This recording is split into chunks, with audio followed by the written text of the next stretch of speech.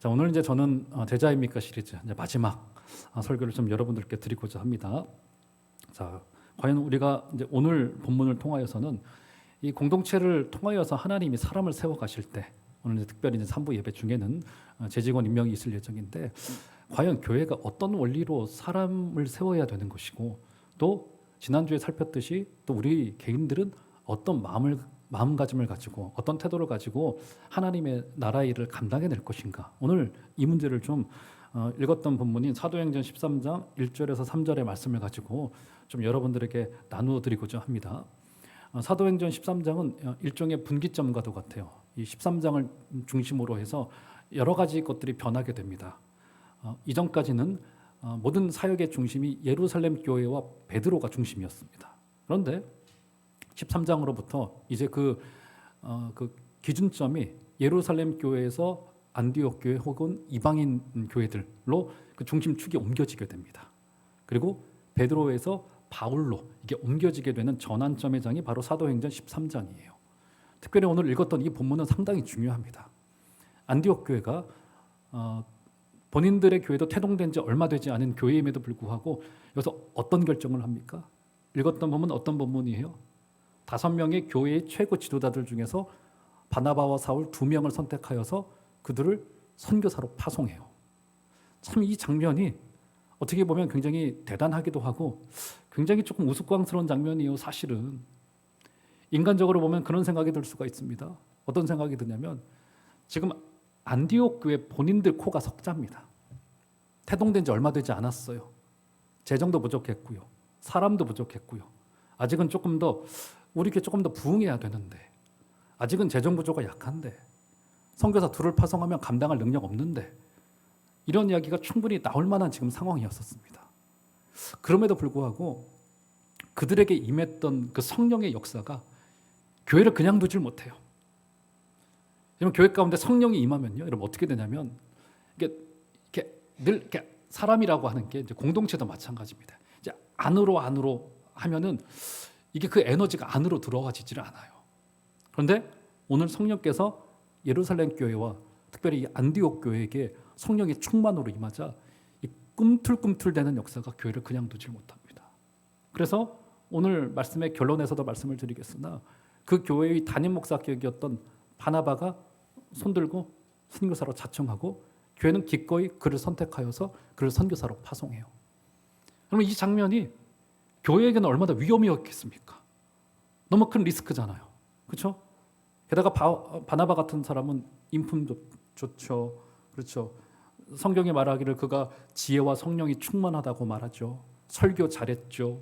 그렇죠? 사람을 품어내는 능력이 있죠. 게다가 물질의 여유도 있었어요. 그 교회가 예루살렘 교회가 어려울 때 자신의 물질을 기꺼이 사도들의 발 앞에 갖다 바쳤던 여러 가지 것들이 갖추어진 인물이었습니다. 그를 안디옥 교회는 기꺼이 내보냅니다. 성령이 임하면 이런 꿈틀꿈틀대는 역사들이 일어나기 마련이에요. 우리 한국 교회는 안 그랬었나? 여러분, 우리도 그랬습니다. 1907년도에 여러분 잘 알고 계신 대로 잘 들어보셨을 만한 평양의 대부흥운동이 일어납니다. 지금 평양이 젓가락이라 너무 아쉬운데 하나님께서 문을 열어주시겠죠. 언젠가는 그래야 됩니다. 저 대동강변에서 토마스 선교사가 순교하고 평양 그 장대현 교회가 그 자리에 일어나면서 평양신학교, 지금 총신대학교의 뿌리가 되었던 평양신학교가 시작된 거 아니겠습니까? 동방의 예루살렘이라고 불렸던 곳이었어요. 지금은 독재 정권에 의해서 꽉 묶여 있는데 어쨌든 그걸 이야기하고 싶은 게 아니라 1907년도에 평양에 부흥운동이 일어납니다. 그래봐야 교회가 태동된 지 한 30년 이렇게 잡아야 될까요? 얼마나 유럽의 2000년의 기독교의 역사에 비하면 얼마나 애기와도 같아요. 그런데 성령이 임하자 교회가 가만히 있을 수가 없어요. 1907년도 총회에 어떤 결정을 합니까? 우리 교단 총회가 우리 선교사 파송합시다. 우리가 지금까지 혜택만을 받았고 받아 누리기만을 받았고 내가 어렵다고 생각했어요. 그런데 성령이 임하고 나자 교회들에게 어떤 깨달음을 주시냐면 우리 선교사 보냅시다. 해가지고 최초로 한국인 출신 선교사를 보내기로 결정합니다. 그래서 실제로 1908년도에 저기 제주도로, 뭐 지금이라고 하면 제주도가 별거 아니지만 당시에 교통과 통신이 발달하지 않았던 그 시대에 평양에서 제주도로 가는 것을 선교사라 불렀습니다. 그럼 누구를 세워야 되느냐? 어떤 인물을 세워야 될까? 한 인물을 세웁니다. 근데 그 인물이 누구냐면 1893년도에 마포 삼열이라고 하는 선교사가 있었어요. 한국에서 여러 가지 활동을 하고 있을 그때만 하더라도 한국인의 그 서양인을 향한 그 시선이 좋지 못했습니다. 지금은 동경의 대상이지만 그때는 이 쇄국 정책, 우리만의 문화 이게 훨씬 더 강했던 시대였었어요. 동네 건달이 한 명 있었습니다. 그 사람의 이름이 여러분 들어보셨을 만한 이기풍이라고 하는 동네 건달이었었습니다. 이 평양 지역에서 힘께나 뱉는 그런 인물이었었어요. 보기 싫단 말이죠. 키 크고 코 높은 저 코쟁이들 보기 싫어가지고 군중의 뒤에 숨어서 그 건달이 이만한 돌을 집어들어요. 그리고 사무엘 마펫, 우리가 이제 흔히 이제 한국말로 마포 삼열이라고 이름되어진 그 선교사에게 뒤에서 돌을 던져요. 안 맞을 줄 알았나 봐요. 그런데 턱을 가격해요. 피가 질질 났어요. 선교사가. 역사의 기록이 있습니다. 그게 1893년도 일이에요. 그런데 1908년도 제주도 선교사로 보낼 때 그 이기풍이 목사가 되어져서 선교사로 파송받아요. 그 가운데 있었던 그가 회심했던 이야기는 더 드라마틱하고 굉장히 극적입니다. 뭐 그 이야기를 다 알 수는 없고 끝내는 그래서 이기풍 목사님을 제주도 선교사로 보냅니다. 나중에 제주도 여행 가보시면은 이기풍 선교사 이렇게 유적지들이 쫙 있어요, 여러분. 제주도에 놀러 가실 때 좋은 데만 가지 마시고 거기 가면 이제 그런 거 있습니다. 예, 그거 한번 들러보시면 좋을 것 같아요. 이기풍 목사님이 선교사로 파송을 받습니다. 그래서 제주도에 하나님의 부흥의 역사가 그를 통하여 일어나요. 건달이고 주먹을 쓰던 그가 예수 믿고 돌아와서 선교사로 파송을 받은 거예요. 이런 기적과도 같은 역사가 있었습니다. 그런데 성령께서 이기풍 선교사님을 그냥 두질 않아요. 1938년도에 부끄럽게도 우리 교단이 신사참배를 하기로 결정을 합니다. 총회의 결정이라고 다 옳은 게 아닙니다, 여러분. 거기에 우리 교단과 저기 옆 교단인 통합교단, 그때는 같은 교단이었는데 이름만 들으면은 다 알만한 굵직굵직한 분들이 거기에 다 앞장서서 사인을 해요. 부끄러운 역사죠. 그래서 이기풍 목사님이 제주도의 선교를 전부 다 마치고 본토로 돌아와서는 그 이야기를 듣고는 가만히 있지 못해요. 마음을 같이 하는 목회자들과 선교사들과 평신도들과 일어나서 시위를 벌이기 시작을 합니다. 어떻게 됐겠습니까? 일본에 의해서 잡혀갑니다. 당시 그때 노령의 나이 70세 이상이 되신 나이였었습니다. 일본 군부가 아무리 악질이었다 하더라도 당시에 70세가 넘은 노인에 대한 신문은 하지 않은 것이 원칙이었습니다. 그런데 이기풍 선교사께서 목사님께서 자신의 동료였던 젊은 목회자들이 감옥에 가는 것을 보고는 본인이 가만히 있을 수 없는 거예요. 자청해서 함께 감옥에 들어갑니다. 그리고는 거기서 모진 매질과 그 70이 넘은 나이에 모진 매질과 고문을 당하세요. 몸이 견디질 못하죠. 일본 군부가 그를 놓아줍니다. 하지만 그는 1942년 광복을 맞기 전에 42년 6월 20일에 결국 그가 살던 담임 목사 사택에서 그는 순교의 씨앗으로 사망하고 마시죠. 그래서 그는 순교자의 이제 반열에 지금 한국교회 역사 속에 올려져 있는 거예요. 한국교회 이런 아름다운 역사가 있었고 오늘 읽었던 이 본문도 마찬가지예요. 안디옥 교회가 감당을 해낼 만한 힘이 없었어요. 이것을 인간적으로 보자면 지금 우리들의 코가 석자예요. 지금 나 살기도 바빠요. 안디옥 교회도 수많은 가난한 사람들이 있었을 거란 말이죠. 그런데 성령께서 주시는 그 복음의 빛 때문에 그를 그냥 두질 않습니다. 그래서 안디옥 교회가 이제 오늘 본문을 통하여서 오늘 우리 재직원 임명 예배인 거 아니겠습니까? 오늘 우리가 사람을 세우듯이 교회가 주를 섬겨 금식하며 두 사람을 선택하여 결국 또 이방으로 선교사로 보내기로 결정하는 이 현장이 등장하고 있는 겁니다. 자, 그래서 오늘 본문들 좀 간단하게 좀 살피면서 우리가 오늘 여기 앉아 계신 분들 거의 다 대부분 하나님의 사람으로 세워지고 구석구석에서 일하셔야 될 테고 여러분들이 2022년도에도 교회를 위해서 기도로 섬겨주시고 현장에서 섬겨주시고 하셔야 될 텐데 우리가 공동체로서 어떤 마음가짐과 어떤 태도를 가지고 또 개인으로서는 어떤 결심을 가지고 섬길 것인가를 한번 살펴보신 은혜가 있기를 바랍니다. 자, 보시죠. 일단 1절 보시면 자, 후보자 5명을 먼저 세웁니다. 1절 안디옥 교회에 선지자들과 교사들이 있으니, 그러니까 안디옥 교회의 최고 지도자들 5분이셨던 것 같아요. 곧 바나바와 니게르라 하는 시므온과 구레네 사람 루기오와 분봉왕 헤롯의 젖동생 마나인과 및 사울이라. 자, 이거 5명이 등장하고 있네요. 자, 이 5명을 한번 간략하게 좀 살펴보도록 하겠습니다. 자, 첫 번째 후보가 누구죠? 첫 번째 후보는 바나바라고 하는 인물입니다. 바나바는 당시에 안디옥 교회의 실질적인 담임 목사였다고 보는 것이 이제 옳습니다. 바나바라고 하는 인물이었어요. 자, 여러 성경에서 이제 그를 설명해 놓고 있는데 사도행전 11장 같은 경우에서는 그를 어떻게 묘사해 놓고 있냐면 지혜와 성령이 충만하였다라고 이야기를 합니다. 그래서 그는 아마도 굉장히 바울만큼이나 탁월한 식견을 가지고 있고 신학적인 깊이가 굉장히 깊었던 인물인 것을 알 수 있습니다. 게다가 바울보다 조금 더 탁월했던 부분은 그는 사람을 품는 품이 좀 넓었어요. 그래서 마가의 문제를 가운데 두고는 물론 마가의 삼촌이라고 하는 인간적인 어떤 이유도 있겠으나 그것보다는 사람을 품어내는 것이 조금 더 품이 넓었습니다. 마가 데려갑시다. 비록 과거에는 조금 문제를 일으켰지만 우리 훈련시켜서 데리고 가면 됩니다. 하지만 바울은 안 그래요. 안 됩니다. 데려갈 수 없어요. 이 문제 때문에 이제 이 충돌이 일어나서 결국 이제 중간에 이제 바나바와 바울은 헤어지게 되는 일도 벌어지죠. 어쨌든 그것을 봤을 때는 이 바나바가 굉장히 품이 넓었던 사람인 것임을 우리가 볼 수 있는 거라고요. 마가의 삼촌이었고 그리고 물질적인 여유가 있었던 사람입니다. 마가의 다락방에 300명이 모여서 기도했죠. 그러니까 얼마나 집이 큰 집이었는지를 알 수 있는 거예요. 그리고는 사도행전 4장의 끝에 보면은 예루살렘 교회가 어려워지자 자신의 물질의 대부분을 사도들의 발 앞에 갖다가 바칩니다. 이 교회를 위해서 쓰십시오. 교회를 쓰십시오. 사도들의 생활비를 위해서 쓰십시오 하고 그 물질을 턱하니 가져다 바칩니다. 그것을 보고는 아나니아와 삽비라가 흉내를 내려다가 저주를 받게 되는 것이죠. 그 마음을 따라갈 수 없었던 겁니다. 어쨌든 이런 정도로 굉장히 모든 부분이 전부 다 갖추어져 있고 균형 잡혔던 인물이 바로 이 바나바였다. 이렇게 볼 수 있는 거예요. 그래서 지금도 남아있는 초대교회 문서 중에 하나인 바나바의 서신서를 보면은 그의 신학적인 면모, 그의 인간적인 면모들을 더 잘 알 수 있습니다. 나중에 한번 제가 기회가 되면은 몇 구절을 좀 인용을 해와서 바나바에 대한 소개를 좀 드리도록 하겠습니다. 어쨌든 그런 인물이었습니다. 자, 두 번째 인물은 누구죠, 여러분? 자, 어떻게 표현하고 있습니까? 바나바와 그 다음에 니게르라 하는 시므온. 자, 니게르라 하는 시므온이라고 하는 인물이 지금 1절에서 등장하고 있네요.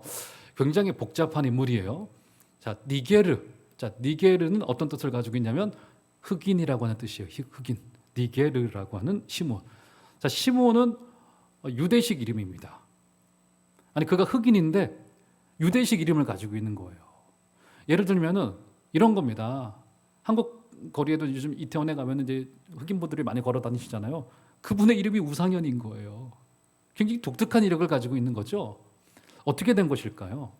그래서 충분히 추정할 수 있는 바는 뭐냐면 그가 아프리카 출신인데 그 인종적인 뿌리는 그런데 그의 이름이 시므온이라고 하는 유대식 이름인 것을 보았을 때 그가 최초로는 유대교를 받아들였습니다. 당시에 유대교는 받아들이면 그들의 이름을 바꾸겠어요. 유대식으로. 그래서 시므온이라고 하는 이름으로서 그 흑인이 살아갔습니다. 그러다가 어느 한날에 그가 진리를 발견하고는 그리스도를 구주로 영접하는 거예요. 그리고는 어느 순간에선가 그의 믿음이 좋다 보니까 이 안디옥 교회의 지도자가 되어져 있는 거예요. 그러니까 안디옥 교회가 참 복잡한 교회입니다. 바나바, 사울 같은 경우는 어떻습니까? 정통 유대인 출신이죠. 그렇죠? 니게르라고 하는 사람은 흑인 출신이죠. 게다가 유대교를 한번 갔다가 주님을 영접했던 굉장히 복잡한 이력을 가지고 있는 사람이죠. 이런 사람들이 쉽게 말해서 지금으로 말하면 하나의 당회를 구성해서 교회를 치리하고 건징하고 말씀을 전파하는 사역을 감당을 해내고 있었던 거라고요. 아름다운 동역이 이루어지고 있었던 거예요. 어쨌든 니게르라고 하는 그 시므온은 이런 인물이었습니다. 우리가 그의 인생을 오늘 뭐 시간이 없기 때문에 제가 1부 때 이 얘기를 좀 길게 하다가 예배 시간에 넘어가 버리는 바람에 좀 길어졌는데 그의 인생을 한번 상상을 한번 해보십시다. 아프리카에서 태어났어요. 어느 날 그가 유대교를 접하여서 유대교에 그의 마음이 갔습니다.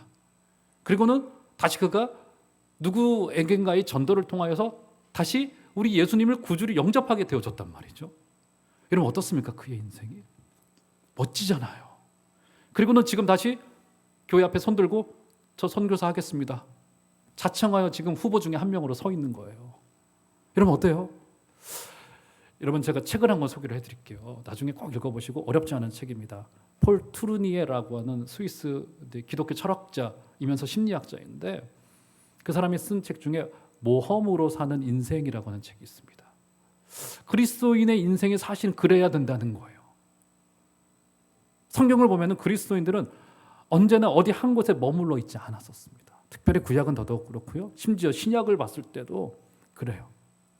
그래서 우리 교회가 하나님께서 이곳에 우리에게 은혜를 주셨고 이곳에서 말씀의 웅덩이에서 그 우물을 파고 그 우물을 마시도록 하셨을 때는 우리가 가지고 있는 우물들을 계속 흘려보내야 됩니다. 계속.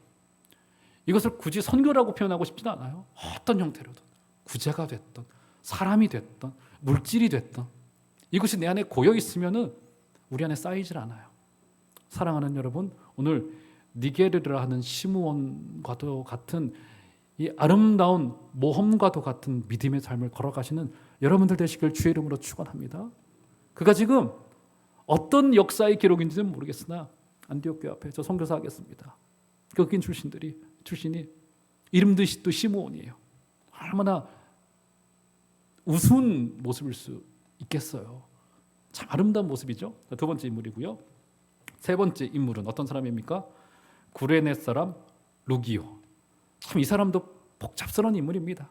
이 구레네라고 하는 말도 니게르라고 하는 말과도 같이 이것도 흑인 출신이라고 하는 이름 뜻을 가지고 있습니다. 구레네 많이 들어봤네요.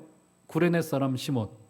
예수님이 십자가를 지시고 언덕을 올라가실 때 힘겨워하시자 대신 십자가를 지었던 인물. 구레네 사람 시몬이 아마도 그 앞선 니게르 사람 시므온이 아마 그 사람일 것이다라고 추정하는 사람도 있습니다. 그렇기 때문에 니게르나 구레네나 사실은 같은 흑인 출신이다라고 하는 이름 뜻을 가지고 있는 거예요. 근데 그의 이름이 뭐예요? 앞과는 다르게 루기오라고 하는. 루기오는 라틴식 이름입니다. 로마와 그리스 헬라 철학의 영향을 받은 거예요. 흑인인데 그의 이름이 라틴식 이름을 가지고 있습니다. 아마 로마로부터의 뭔가의 영향력을 받았던 인물인 것임을 우리가 알 수 있는 대목이에요. 그러니까 지금 이 안디옥 교회를 구성하고 있는 이 인물들이 복잡스럽고 아주 뭐 해석이 잘 안 될 정도로 이런 인물들이 지금 그 구성원들로 지금 있는 거라고요. 맞죠, 여러분? 세 번째 인물이고요. 자, 네 번째 인물. 네 번째 인물은 조금 설명이 길어요. 분봉왕 헤롯의 젖동생 마나엔. 자, 왜 그냥 이름 마나엔이라고 두면 될 텐데 그의 이름을 굳이 분봉왕 헤롯의 젖동생 마나엔이라고 뒀습니다. 그래서 헤롯이 누굽니까? 헤롯은 예수님을 죽이는데 앞장섰던 바로 헤롯 안티파스, 바로 그 인물을 이야기를 하는 거예요. 빌라도와 함께 주님을 죽이는데 앞장섰던 바로 그 인물입니다. 그런데 마나엔이 어떤 사람이냐면 그 헤롯과 함께 젖동생이었다라고 말합니다. 자, 우리말 젖동생이라고밖에 표현을 할 수 없었던 이유가 뭐냐면 어떤 의미를 가지고 있냐면 이 젖동생이라고 하는 말은 헤롯과 함께 같은 유모의 젖을 먹고 자라났다는 뜻을 가지고 있습니다. 그러니까 아주 이 태아 때로부터 한 유모로부터 기름을 받았던 왕실 출신의 굉장한 고위직이었어요. 그런데 그가 어느 순간인가 하나님의 은혜를 받아서 예수를 믿고 지금 안디옥 교회 저 구석에 누구도 알아주지 않는 당시에 소수의 사람들이 모여 있었던 그 교회의 지도자가 되어져 있는 거예요. 헤롯의 한마디로 친구였었습니다. 뭐 고위직의 아들이었겠죠. 같은 유모의 젖을 먹고 자랐기 때문에 그런 사람으로 볼 수 있는 겁니다. 그런데 여러분, 역사의 아이러니를 보십시오. 친구였던 헤롯은 예수를 죽이는데 앞장섰어요. 그런데 본인 마나인은 그 마나인이라고 하는 이름 뜻이 위로자라고 하는 뜻을 가지고 있습니다. 그 마나인은 어떻습니까? 지금 어떤 상황이 있는 거예요? 이제 예수를 증언하는 일에 손들고 있는 거예요. 역사가 둘을 갈라놨어요. 여러분 어떤 삶을 사시렵니까? 헤롯의 인생을 사시겠어요? 아니면 마나인의 인생을 사시겠어요? 네 번째 선교사 후보생이 바로 마나인이라고 하는 안디옥 교회 지도자였었습니다. 그 다음에 마지막 누굽니까? 사울이죠. 사울. 마지막 우리가 잘 알고 있는 바울, 바로 그 인물입니다. 사울, 지금 이 순간은 다메섹에서 그가 회심 후 약 한 15년이 지났을 바로 그 지점입니다. 이제 훈련받아 그는 성숙한 일꾼으로서 이제 안디옥 교회 공식적인 이제 인증을 받아서 선교사로 파송받으려고 하고 있었던 그 직전의 모습, 그를 바꾸어내고 스데반을 돌로 치는데 앞장섰던 인물이었던 그가 이제는 손 들고 저 선교사 하겠소라고 결심하고 다짐하고 있었던 바로 그런 상황인 겁니다. 자, 이렇게 이제 5명이 이제 세워졌어요. 자, 그러면 5명 중에서 2명을 택하여서 선교사로 파송하려고 이제 교회는 준비하고 있는 중입니다. 자, 어떤 과정을 겪고 있는지를 한번 볼까요? 자, 2절 보시면 이런 이야기가 등장합니다. 2절 한번 다 같이 한번 한 소리로 우리 본문에 눈을 두시고 한번 읽어보도록 하겠습니다. 시작. 주를 섬겨 금식할 때 성령이 이르시되 내가 불러 시키는 일을 위하여 바나바와 사울을 따로 세우라 하시니. 자, 여기 등장하네요. 어떤 과정을 겪게 합니까? 주를 섬겨 금식하여 둘을 선택합니다. 중요하죠? 자, 주를 섬긴다는 게 먼저 무슨 말일까? 주를 섬긴다. 그래서 주를 섬긴다는 말은요, 정확히 예배라고 하는 뜻입니다. 예배. 주를 섬겨라고 하는 것은 무슨 일을 한다, 뭐 땀을 흘린다 이런 뜻이라기보다는 이것은 주님을 예배한다. 그러니까 공공의 이 예배의 시간을 통하여서 지금 이 둘을 선교사로 세우기 위하여 하나님의 음성을 들으려고 지금 기대하고 준비하고 있는 거예요. 여러분, 하나님은요, 예배 시간을 통하여서 그 교회를 향한 마음을 보여주십니다. 그래서 여러분, 이 예배가 굉장히 중요합니다. 뭐 이거는 목사님이니까 늘 그런 이야기 하는 거지, 뭐 그것도 맞지만 여러분, 예배는 성경이 말하기를 오늘 선교사로 세우면서도 어떤 특별한 것이라기보다는 그들에게 이미 준비되었던 그 예배를 통하여서 하나님은 그 안디옥 교회를 향한 당신의 마음을 보여주셨어요. 특별히 이 주일이라고 하는 것은, 일요일은 여러분 한 주의 시작인 거잖아요. 주일이 한 주의 시작입니다. 여러분, 한 주의 시작을 예배로 열면서 우리의 마음을 하나님 앞에 드리고 당신의 뜻을 듣기 위하여 공동체로 함께 모여서 귀를 하나님께로 열고 그러면서 하나님의 뜻을 듣고 한 주간의 힘으로 살아가고, 그래서 예배는 상당히 중요해요. 그래서 여러분, 예배야말로 성공하셔야 돼요. 예배야말로 굉장히 중요합니다. 예배에서만큼은요, 양보가 없어야 됩니다. 그래서 지금 우리 교회가 그 준비한 그 최소한의 예배가 있지 않습니까? 특별히 뭐 주일 예배, 주중 예배도 그렇고 정해진 시간에 예배로 모이는 거잖아요. 요즘에는 뭐 그런 말도 합니다. 무슨 예배 형식이 중요하냐고, 예배 시간 뭐가 중요하냐고, 나 혼자 예배할 수도 있고 주일에 마음껏 나는 자유하게 예배하고 싶다고 이런 이야기들을 가끔 합니다만, 여러분, 이 준비된 예배는 최소한의 형식입니다. 최소한의 형식이란 게 뭡니까? 요거마저 무너지면 그냥 끝나는 거예요. 인생은 굉장히 중요합니다. 여러분, 이것은 아주 그냥 최소한입니다. 또 전 목사님 또 보수적으로 말씀하시네. 이렇게 보지 마시기 바랍니다. 예배하는 최소한이에요. 저는 물론 우리 그 믿음의 선배들이 너무 이제 율법적으로 뭐 주일 성수 예배, 뭐 주일에 뭐 10원 한 장도 쓰면은 하나님께 벌을 받고, 저는 이것은 동의치 않아요. 뭐 급하면 병원도 갈 수 있고 뭐 슈퍼 가서 물도 사 드시고 그러셔도 저는 괜찮습니다. 짜장면 사들어 드시는 것도 저는 뭐 괜찮아요. 그럴 수 있다고 봅니다. 그런데 우리 믿음의 선배들이 그 틀을 정해 놓으시면서 가지셨던 그 마음은 본받아야 돼요. 제가요, 목회자다 보니까 여러분 아실 만한 스캔들이 있었던 이러저러한 목사님들의 그 뒷이야기를, 비하인드 스토리를 들어요. 그러면 여지없는 공통의 한 가지가 있습니다. 그게 뭔지 아세요? 그의 개인의 경건이 무너져 있고요, 그리고 그 예배가 무너져 있어요. 그래서 귀가 막혀 있습니다. 듣지 못해요. 듣는 걸 굉장히 힘들어합니다. 하나님의 음성을 듣는 것을. 기도를 10분 이상을 하지 못하고요, 앉아있는 걸 힘들어요. 목사도 그렇게 됩니다. 그게 되질 않아요. 기도는 노동이거든요. 때로는 싸움이고. 그런데 그것을 통과해냈을 때 우리에게 주어질 그 아름다운 경건의 축복이 있고, 그리고 이 예배라고 하는 최소한의 틀, 저는 볼 수 있습니다. 예배가 무너지면요, 반드시 그 인생도 그렇게 될 거예요. 물론 저희 책임이 큽니다. 여러분들이 예배를 잘 하실 수 있도록 환경을 마련해드리고, 제가 말씀을 준비하는데 저의 모든 진액을 쏟고, 또 설교의 또 스킬도 중요해요. 잘 전달할 수 있도록 저는 주중에 여러분 저런 분들의 설교를 많이 듣는 이유 중에 하나가 뭐냐면 저 개인이 은혜 받는 것도 있지만 그 전달을 어떻게 하면 잘할 수 있을까? 좋은 단어 선택을 하고 이런 것들을 제 편에서 노력을 할 겁니다. 그런데 그것은 제가 해야 될 일인 거고요. 여러분들도 예배 꼭 성공하셔서 하나님의 음성 가운데 살아있으시는 여러분들 되시기를 주의 이름으로 축원합니다. 자, 그들이 선교사 둘을 선택하는 이 중대한 시점에 예배했다. 중요한 거고요. 자, 예배하면서 뭘 했습니까? 넘어가 보시죠. 다시 보시면 주를 섬겨 뭘 했다고요?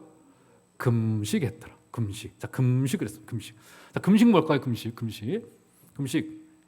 이거 안 해주면 저 죽겠습니다. 뭐 이 시위하고 걸기 대회 하는 건가요? 이 금식 뭘까요? 금식. 여러분 사람은요 외부로부터 오는 음식의 힘으로 살아갑니다. 그래서 그 사람이 먹는 것이 곧 그 사람이에요. 그래서 금식이라고 하는 것은 단순히 음식을 끊어서 하나님 이거 들어주시지 않으면 저 죽을지도 몰라요. 이런 의미도 뭐 다소 있겠으나 그것보다는 조금 더 본질의 의미를 가지고 있습니다. 사람은 그 사람이 먹는 게 곧 그 사람이에요. 제가 한 가지 예를 들어 드릴게요. 제가 아주 오래전에 한 교회를 섬기는데 한 부목사님이 부임을 하셨어요.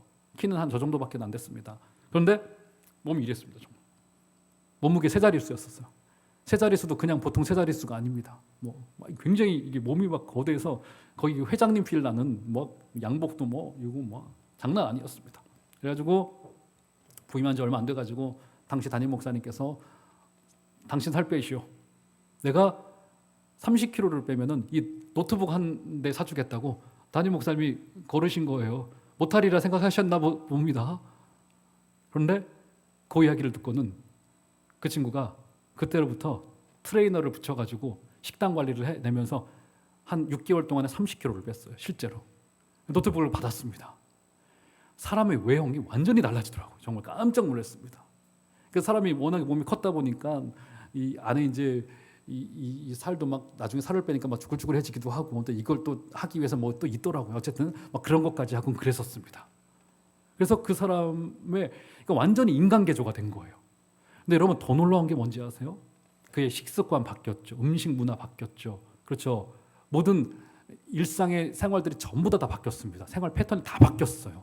그런데 더 놀라운 게 뭔지 아세요? 음식이 바뀌니까 그의 성격이 바뀌어요. 어른인데도 완전히 성격이 달라졌어요. 다른 사람이 됐습니다. 그의 외형만큼이나 성격이 달라졌어요. 자, 그것을 보면서 금식이라고 하는 게 이런 의미를 갖고 있겠구나. 이런 생각이 들더라고요. 무슨 말입니까? 금식은 단순히 음식을 끊는다는 것이 아니라 나의 인생의 모든 방향을 아버지께로 완전히 개조하듯이 전부 다 바꿔서 전부 다 드리겠습니다. 이런 의미를 가지고 있는 거라고요. 지금 이 사람을 세우는 중대한 이 시점에 교회는 예배하며 금식하여 아버지께 모든 마음을 드렸습니다. 사랑하는 성도 여러분, 혹시 중요한 일이 여러분들 앞에 있거들랑 연말 연초 중요하시잖아요. 내년에도 바라는 소망들이 있으시죠? 때로는 하루 이틀 금식해 가시면서 그 금식 가운데 단순히 음식을 끊어가면서 뭐 내가 안 해주시면 나 자빠지겠습니다. 이런 정도의 의미가 아니라 내 인생의 모든 근원을 아버지께로 다 돌려드리겠습니다. 이 고백을 가지시고 이런 금식하시면서 새해를 맞아주시는 여러분들 되시기를 주의 이름으로 축원합니다. 안디옥 교회가 이 중대한 시점에 금식했어요. 자, 그러면서 자 2절 보세요. 굉장히 주옥과도 같은 말씀들이 계속 등장합니다. 주를 섬겨 금식할 때 성령이 이르시되, 자 여기 정확히 선교에 대한 정의가 등장합니다.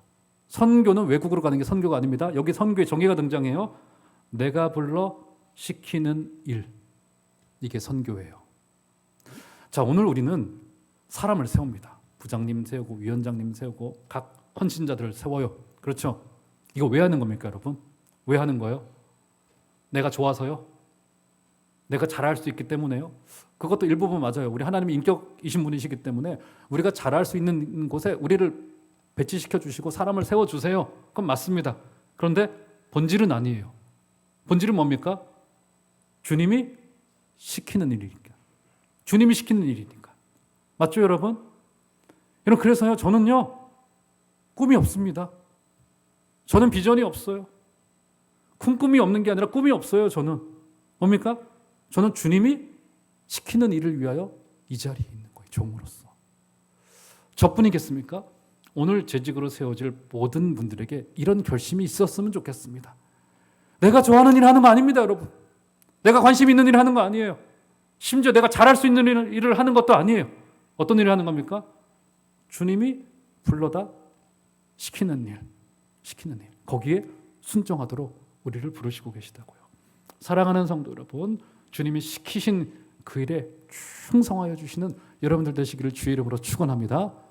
그래서 결국 누구를 세웁니까? 누가 세워지죠? 두 인물이 세워지죠. 첫 번째였던 바나바, 안디옥 교회의 최고 지도자였어요. 네, 담임 목사격이었습니다. 바나바를 세우고, 그리고 제일 끄트머리 인물이었던 사울, 곧 바울을 선교사로 교회가 선택하여 들을 세우게 됩니다. 어떤 의미가 있을까요, 여러분? 어떤 의미가 있을까요? 안디옥 교회 입장에서는 바나바를 내어주기는 너무나도 힘든 상황이었을 거예요. 설교 잘하죠. 사람 좋죠. 돈 많죠. 인품 좋죠. 이만큼 균형 잡힌 지도자는 여러분 볼 수 없어요. 초대교회 중에. 성경에서는 바나바를 향해서는 늘 칭찬만이 있습니다. 바울과 싸운 것을 빼놓고는. 그렇죠? 그런데 성령께서 그를 선택하십니다. 그리고는 그를 빼서 이방의 선교사로 보내요. 어떤 메시지를 갖고 있는 걸까요?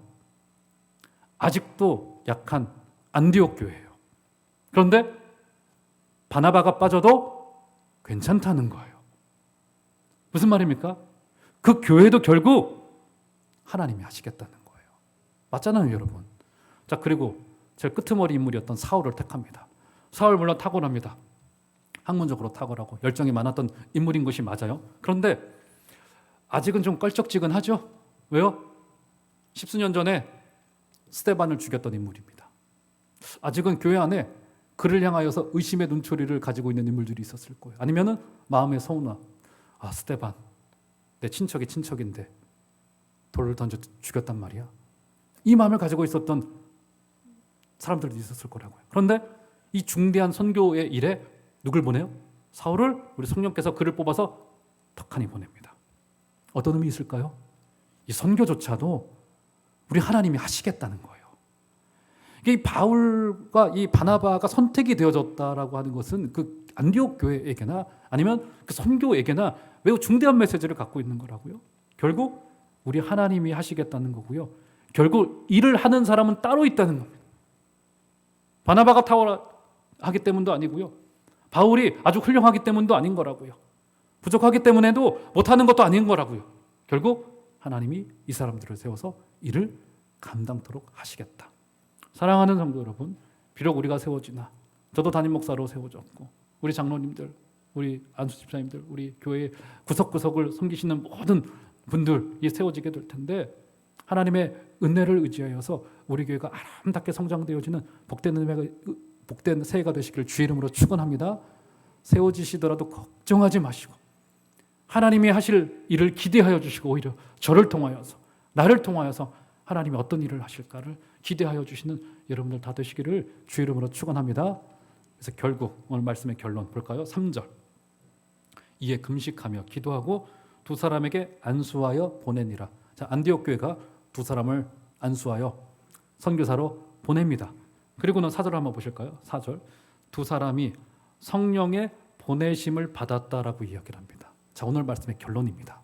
자, 3절에서 교회가 보내고 4절에서 성령님이 보냅니다. 자, 우리말 성경에 똑같이 보낸다라고 되어져 있어요. 그런데 완전히 다른 단어를 활용하고 있습니다. 자, 우리말 성경이 조금 이제 아쉬운 부분이 이런 부분인데 여러분 혹시 볼펜이 있으시면 기록을 하시고 볼펜이 없으시면 나중에 설교를 다시 한번 영상으로 보시고 기록을 하시면 좋을 텐데 3절에서 교회가 두 사람에게 안수하여 보낸다라고 하는 것은 어떤 뜻을 가지고 있냐면 교회가 바나바와 바울을 자유롭게 해주다. 그의 책무에서 놓아주다라고 하는 뜻을 가지고 있습니다. 놓아주다. 자유하게 해주다. 아무래도 바나바 같은 경우는 교회 앞에서 해야 될 일이 많았겠죠. 설교도 해야 됐을 테고요. 사람들도 돌봐야 됐을 테고요. 신방도 해야 됐을 테고요. 그렇죠? 많았겠죠. 그런데 여기서 바나바를 자유하게 해줍니다. 자유하게 해줘요. 라는 뜻을 가지고 있고요. 4절에 두 사람이 성령의 보내심을 받았다. 이 말은 우리가 알고 있는 전통의 의미 그대로 성령이 두 사람을 파송하셨다라고 하는 의미를 가지고 있습니다. 결국 성령이 두 사람을 파송하는데 어떤 과정을 겪은 거예요? 교회가 바나바와 바울 두 사람을 자유하게 해주는, 교회가 성령의 음성을 듣고는 이 두 사람이 세워졌구나라고 하는 것을 듣고는 교회가 성령의 음성에 순종합니다. 그래서 결국 교회의 순종을 통하여서 성령께서 역사하신 거라고요. 여러분, 그래서요, 성령님의 역사를 위하여서는 이렇게 우리의 몫이 있습니다. 그 몫이 뭡니까? 몫이 결국 안디옥 교회는 바나바를 놓아주기가 힘들었겠지만 그를 성령의 음성을 따라서 순종하여 놓아줍니다. 그리고는 성령님이 그 두 사람을 파송하여서 이방 지역에 교회가 세워지고 하나님의 역사들이 불일 듯이 일어나는 것이 성령의 그 음성을 듣고 교회가 했던 그 순종을 통하여서 일어났던 하나님의 그 역사인 거라고요. 사랑하는 성도 여러분, 하나님이 우리 가운데 마음을 주실 때 그 마음에 여러분 순종하여 주시기를 부탁을 드리겠고, 그리하여서 우리의 그 어려운 결정과 순종을 통하여서 하나님 나라의 아름다운 역사가 일어날 것을 기대하여 주시는 여러분들 다 되시기를 주의 이름으로 부탁드립니다.